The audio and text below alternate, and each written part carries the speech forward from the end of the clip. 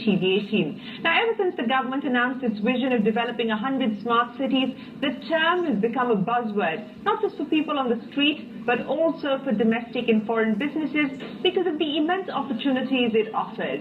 This week, we're exploring the work done by Amanora Park Town in Pune, Jaipur Development Authority, and Larsen & Toubro in the quest to develop India's smart cities.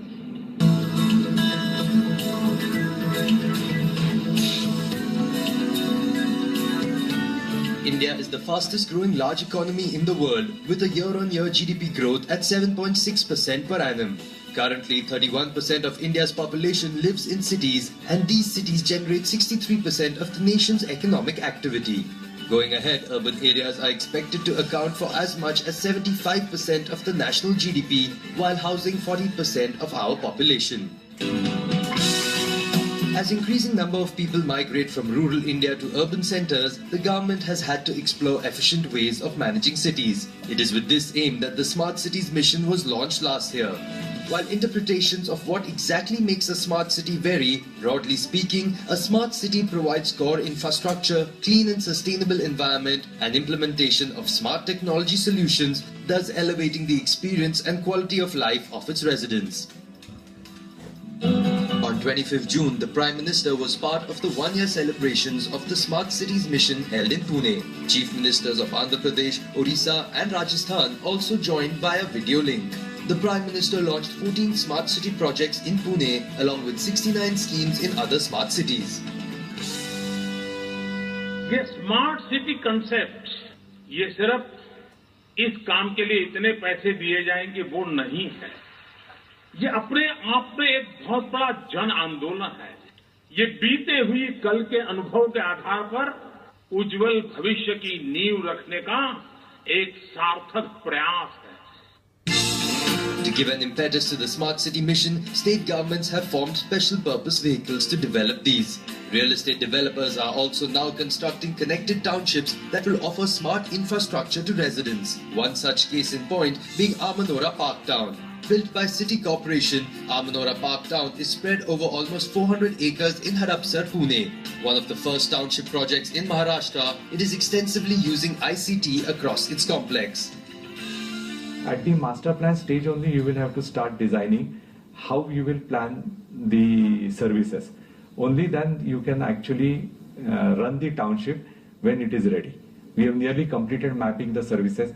So anybody sitting in the data center can see where the problem is. So you can actually attack the problem before it happens.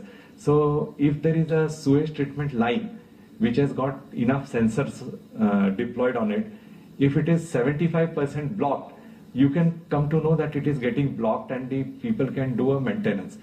So running a township without technology and incorporating it in the master plan is a must.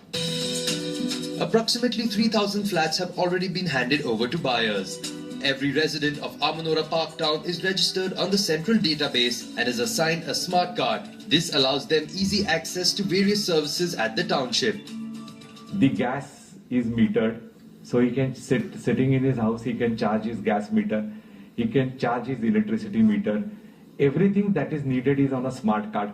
So he can use this smart card wherever he is moving in the township and use this smart card, which is very important for the entire family. If 5 people have got 5 smart cards and they are through a gateway connected to a bank, you are nearly roaming free without any money in your pocket.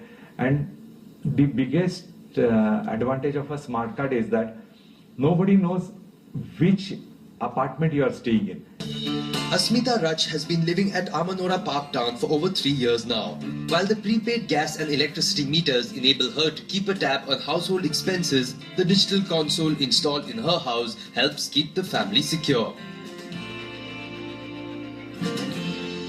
The best part of living in Amanora right now is just not all about technology. It's also one about the most overlooked thing is about an emergency situation.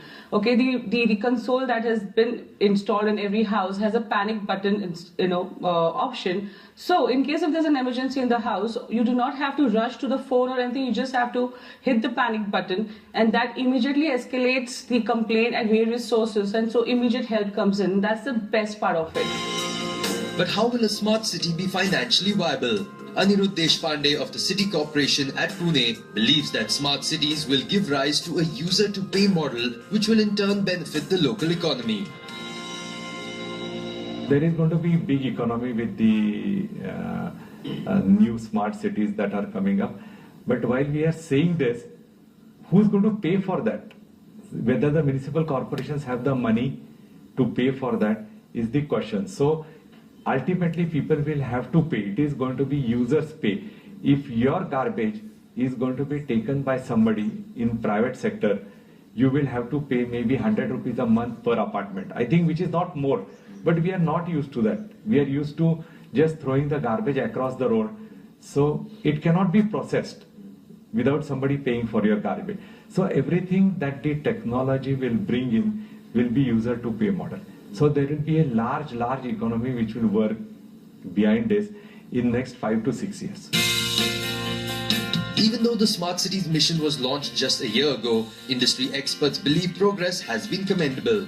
Integration of technology will surely be key to solving civic issues faced by our cities.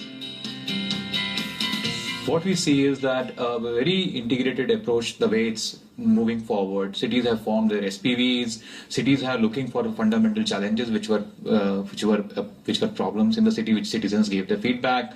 They are looking for a plan which is a very timely plan. They're looking for appointing consultants, and they're also looking at where the money will come from in terms of beside the government's putting, central government putting in money and state governments putting in money, where the other money sources and monetization models will be, even both in terms of funding it as well as in terms of revenue monetization. So it's a very it's a really progressing extremely well, and we see that over the next few months and years as this program proceeds, we will see results coming in pretty fast. Many real estate developers are seeing great business opportunities in building smart cities and are implementing various digital solutions in their projects. The idea is to offer a radically improved lifestyle to residents, all thanks to digital implementations. On that note, it is time for us to take a short break, but on the other side, we travel to Jaipur to see how the pink